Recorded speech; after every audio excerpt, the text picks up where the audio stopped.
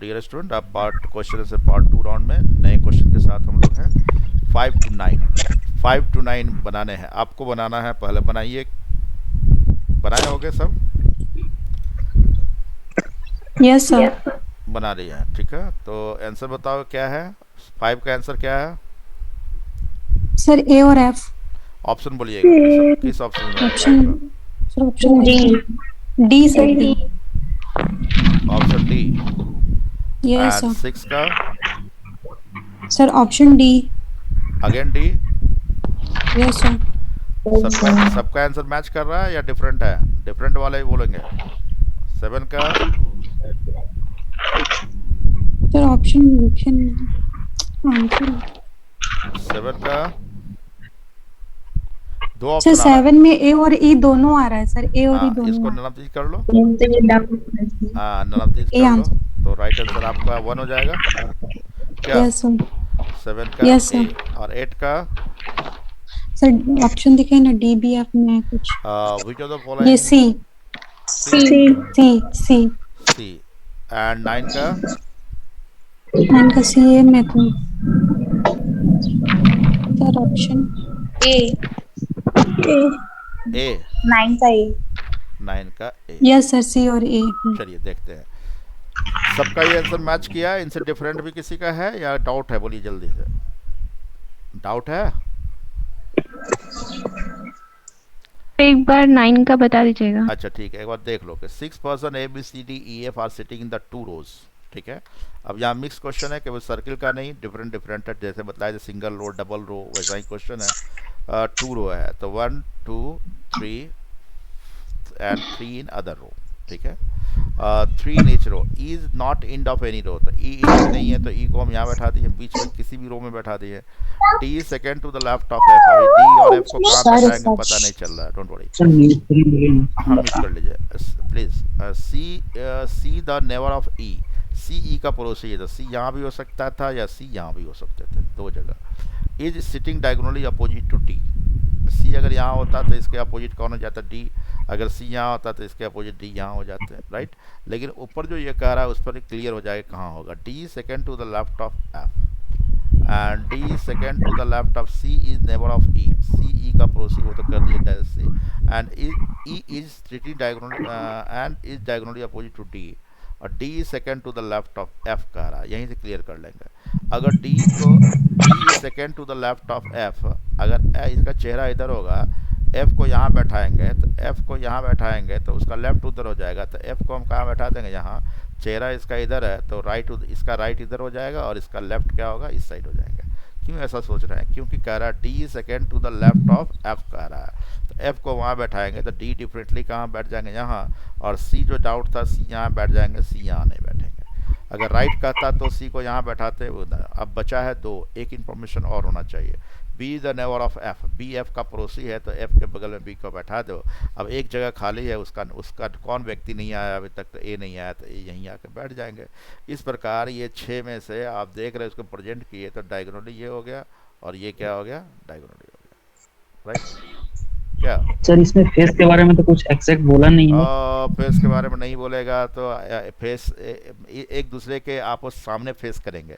जब तक ये नहीं बोलता है तो यही मान के चलना है कि फेसिंग टू ईच अदर,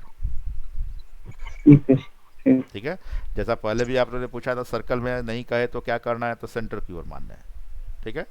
अगर स्पेसिफिक कहता है कि अपोजिट मतलब सेम डायरेक्शन में दोनों बैठे हुए हैं तो ठीक है, दो रो में बैठे हुए हैं तो ईच अदर को फेस करके बैठेंगे। इस प्रकार ये अरेंजमेंट हो गया। अब आप आंसर मिला रहे होगे तो देख लो। तो यहाँ कोई आंसर कहता है which of the following are diagonally opposite to each other. एक तो डायगोनली अपोजिट तो ऑलरेडी क्वेश्चन में सेट करके दिया हुआ था, और दूसरा डायगोनली अपोजिट कौन होगा? तो देखो ना, एक सी डी है, दूसरा ए एफ है। तो सी डी ऑप्शन में नहीं है लेकिन ए एफ है, तो ये किस में है? 4 में, इसलिए राइट आंसर क्या हो गया आपका? 4 हो गया, फोर्थ यानी कि D. Who is facing B, B को कौन फेस कर रहा है?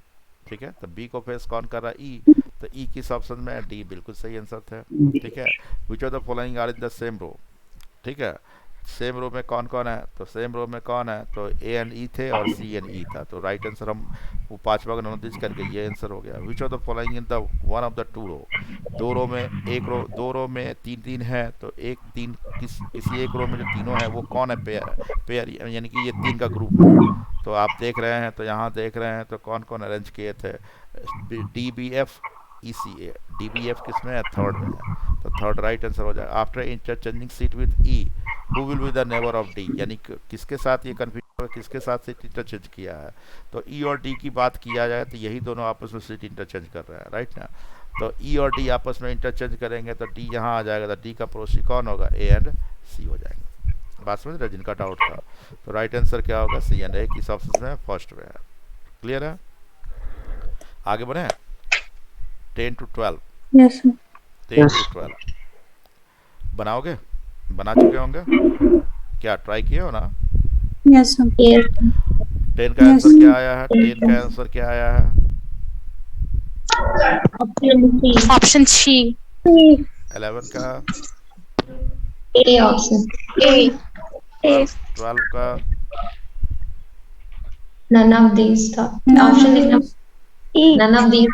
ई। 12th नंबर समझ में नहीं आया सर। अच्छा, समझ में नहीं आया, कौन किस मतलब तीन स्टेटमेंट दिया हुआ होगा, तो इसे 1 2 3 नहीं किया है, हम कर देते हैं। जैसे कि ये वैसे भी कॉमन, ये फर्स्ट हो जाएंगे, और सेकंड स्टेटमेंट ये हो गया, थर्ड स्टेटमेंट ये हो गया, और फोर्थ स्टेटमेंट क्या हो गया ये। इन चारों में से किसी एक को छोड़ देंगे तो पूरा अरेंज हो पाएगा क्या, 10वां का आंसर निकल पाएगा, 11 का आंसर निकल No, पाएगा, sir. तो नहीं निकल पाएगा, इसलिए किसी को छोड़ने की आवश्यकता नहीं है। इसलिए वो नन कैन डिस्पेंस विद किस में दिया हुआ, नन ऑफ दिस, कोई किसी को छोड़ना नहीं है, नन होना चाहिए, लेकिन नन नहीं है तो राइट आंसर क्या हो जाएगा, नन ऑफ दिस, क्योंकि आपका आंसर होना चाहिए नन, राइट। नन नहीं है तो right answer none of this में दे देंगे। क्या इसको अरेंज कर देना है, थोड़ा सा भी डाउट हो तो बोल दीजिए, तुरंत अरेंज कर देंगे हम। सर कर दीजिएगा। ठीक है, तो 6 friends A B C D are sitting in the close circle, ठीक है। तो जस्ट हम लोग सर्कल की बात देख रहे थे, क्लोज सर्कल में 6 है, तो 2 4 और 2 क्या होगा, 6।